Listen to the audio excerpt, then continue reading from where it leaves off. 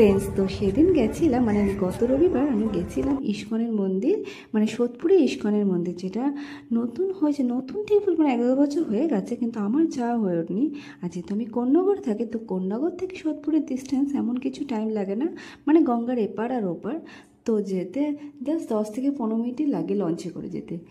তাই ভাবলাম যে অনেক দিন ধরে ভাবছি যাবো, তো যাওয়া যাক বলে যেতে যেতে অনেকটা বিকেল হয়ে গেছিলো। আর এখন তো 5টা সাড়ে 5টা না বাজলে সন্ধে নেমে যায়, চারিদিকটা অন্ধকার হয়ে যায়।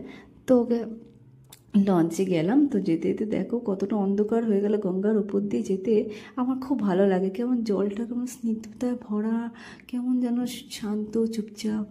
আর যেতে যেতে আমাদের তো বেশিক্ষণ টাইম লাগে না, জাস্ট 5 মিনিটের মধ্যেই, 5-7 মিনিটের মধ্যে আমরা পৌঁছে গেলাম। তো লঞ্চ ঘাট থেকে মন্দিরের ডিস্টেন্স জাস্ট পায়ে হেঁটে 1 থেকে 2 মিনিটই লাগে।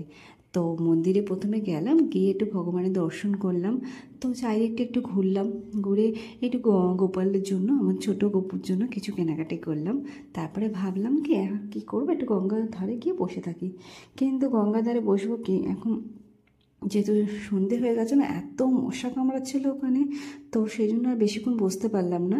তো সেখান থেকে চলে গেলাম। তো আমার বর বলল যে সোদপুরে যখন এসছি, তো আমাদের নেট দুনিয়ায় ভাইরাল ওই সজলদার রোল, মানে জাম্বো রোল খাবে।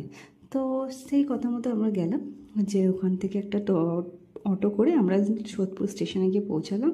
সোদপুর স্টেশনে গিয়ে আমরা সজলদার রোল, মানে জাম্বো রোল খেতে গেলাম। আর তোমরাও কি জানো যে সজলদার জাম্বো রোল কতটা ফেমাস আছে আমার নেট দুনিয়ায়? আর যদি না শুনে থাকো, তাহলে এই ফেমাস সজলদার রোল, মানে সজলদার দোকানের এই ফেমাস ডায়লগ তোমরা শুনে নাও, কেমন লাগলো বলো।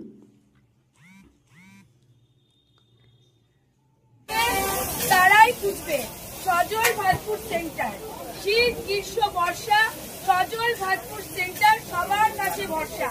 আর আমার হাতের মায়াবী মনটার রোল খেতে আসতেই হবে সজল ভাতপুর সেন্টারে।